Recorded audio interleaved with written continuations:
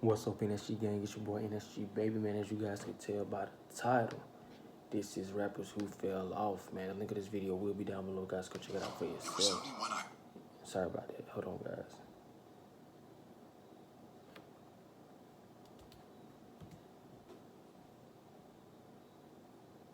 But yeah, the link of this video will be down below, guys. Go check it out. Go check it out for yourself. Please go check it out for yourself, man. I do not have a social media right now, but I will be making an Instagram soon, man. I hope everybody's having a blessed and wonderful day. So I'm not gonna do too much talking, man. Let's get into the video. Let's get it. Game is one thing, but staying there is totally different. Today, we're breaking down the biggest rappers who fumbled the bag and fell off. The baby literally fell off last year when he stumbled into the crowd during the set, but now his career is taking a nosedive too. He blew up in 2019 and dropped back-to-back #1 albums, but now he's struggling to even book a show.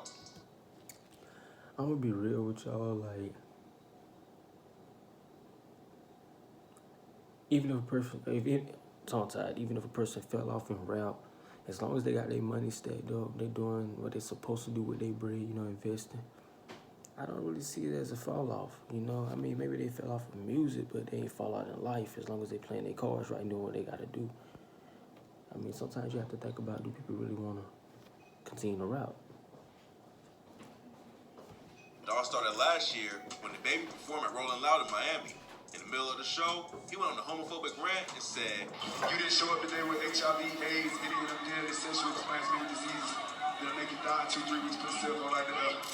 The baby got dragged for it online. So he clapped back and said, "What me and my fans do at the live show, it don't concern you on the internet, or you bitter on the internet."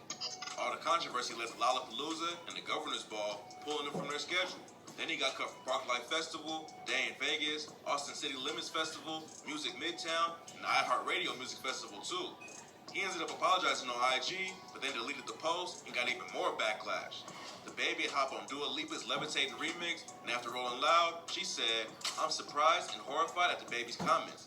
I really don't recognize this as the person I work with. I know my fans know where my heart lies, and that I stand 100% with the LGBTQ community." Radio stations ended up playing an alternate version of the track without the baby on it. Everything calmed down after a while, and the baby went back to doing shows, but it looks like his career took a massive hit. Back in August, his show at the Smoothie King Center Arena in New Orleans was canceled after he allegedly sold less than 500 tickets. His team obviously expected to sell more. The arena holds 14,000 people, and selling less than 500 isn't a good sign for him. His team says the story is all capped though. They put out a statement and said the baby's New Orleans show was pulled by the artist team due to the promoter being in breach of contract. The baby will be back in New Orleans very soon to make it up to his fans. They say he's gonna make it back up to fans, but it doesn't look like the baby has many of them left. Roddy Ricch blew up back in 2018 when his track Die Young racked up over 80 million views on YouTube.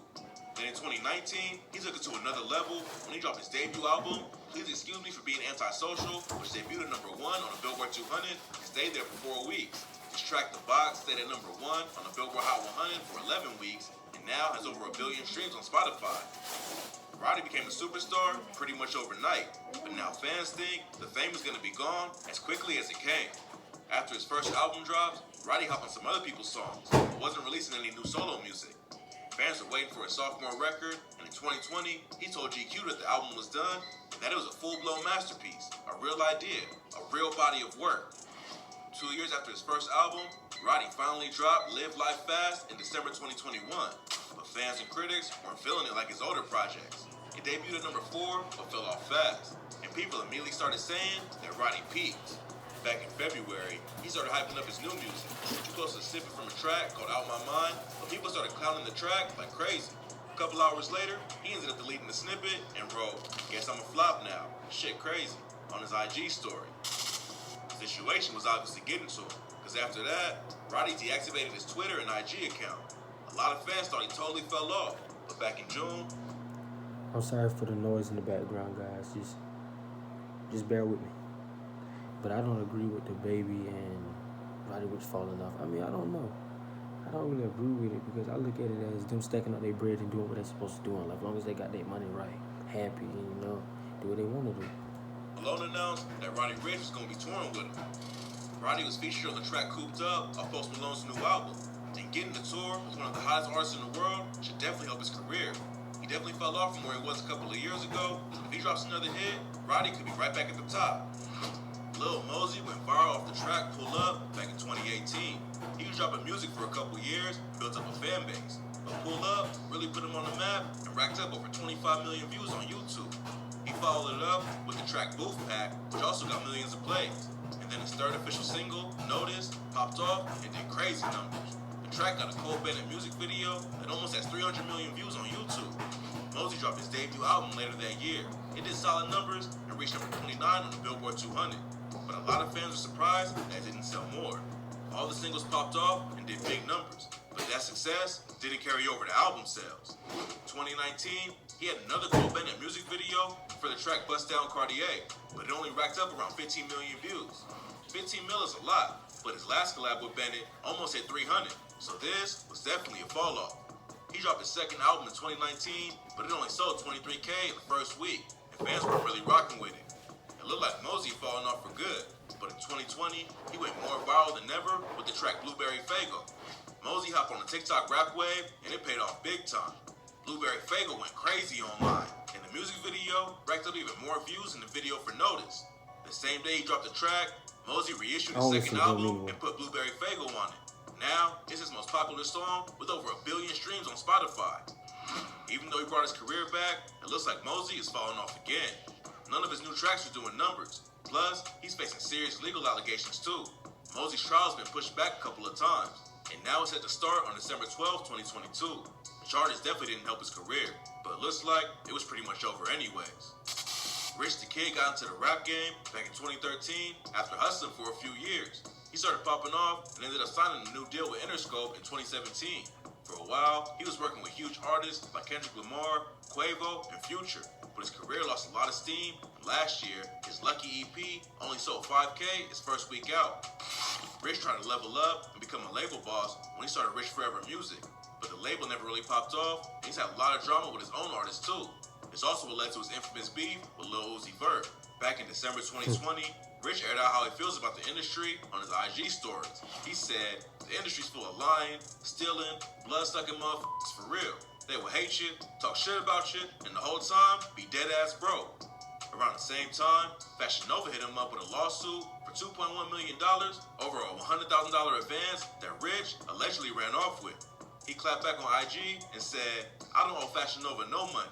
If Fashion Nova want $100,000 from me, they know I can pull up and drop it off." Rich also had to hand over a bag to his former managers.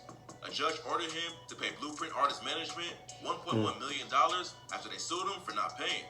Then his landlord sued him for over $300K after Rich got $32,000 behind on rent payments.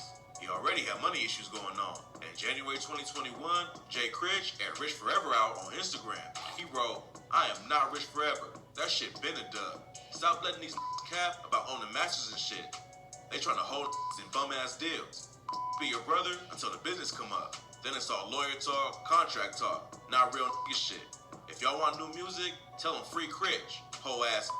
Rich clapped back and accused Critch of snaking him just to get a bag, and the situation started getting heated. They sent shots back and forth on social media for a while, but eventually they squashed the beef.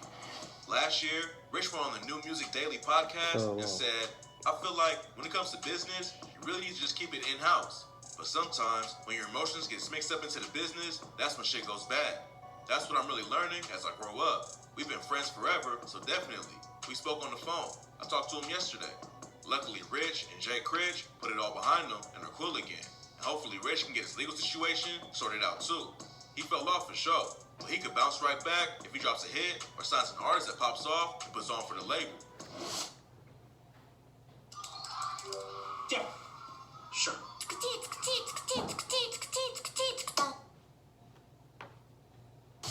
Famous Dex blew up back in the mid-2010s.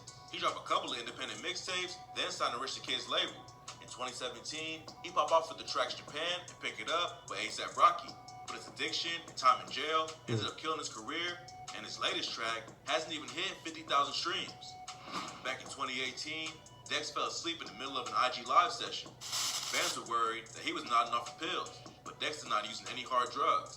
Then in 2019, he suffered a seizure in the middle of a set in Hollywood. Rumors said it was caused by drugs, but Dex and his team said it was epilepsy and not from substance abuse. Dex was still dropping music, but nothing gained any traction. Fans could tell he was on drugs, even though he kept denying it. After a lot of people reached out, Dex hopped on IG Live and told everyone to stay out of his business. He said, "Stop worrying about the next motherfucker that's doing drugs. The world on drugs. You know what I'm saying? I got money. I can do whatever the fuck I want to do. Goofy ass. He worried about me for it. And two, I don't do none of that shit. I smoke weed and take care of my kids." But less than a day later, after he told everyone he was good, the news broke that Dex had gone into rehab. He got out in January 2021, but when he hopped back on social media, it was clear that he was using again. Fans were worried that he might die from an overdose, but he ended up getting booked in jail a couple months later. In March 2021, Dex got hit with 19 charges from 3 different situations.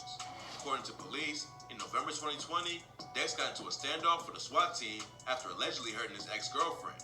In October 2020, he allegedly attacked another woman, and in March 2021, he was arrested during a traffic stop for carrying a loaded gun.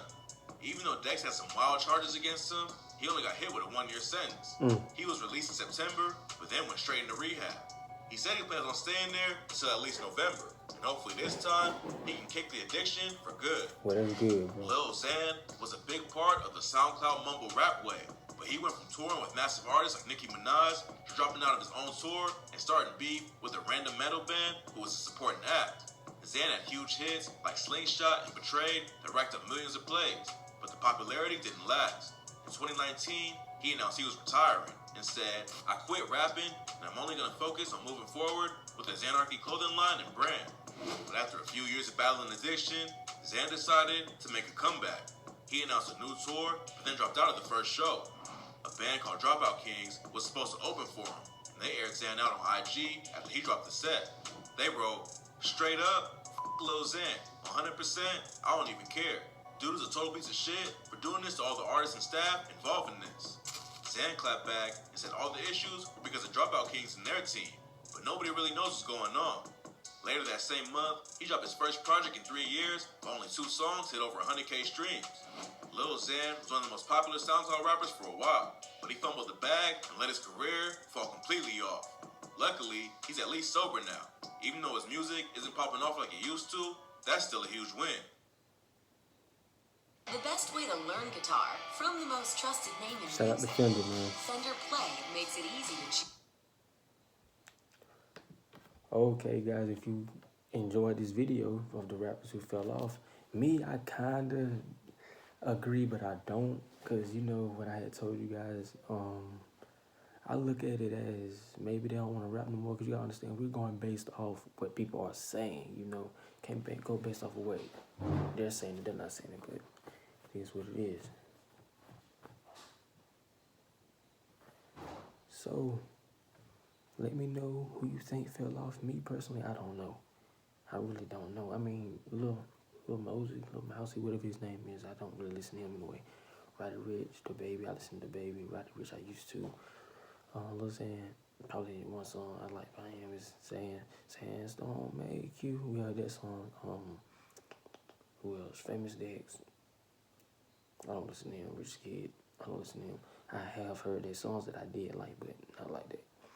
But let me know down below in the comments. That being said, N.S.G gang, N.S.G baby. I'll see you guys on the next video. I love each and every one of you guys.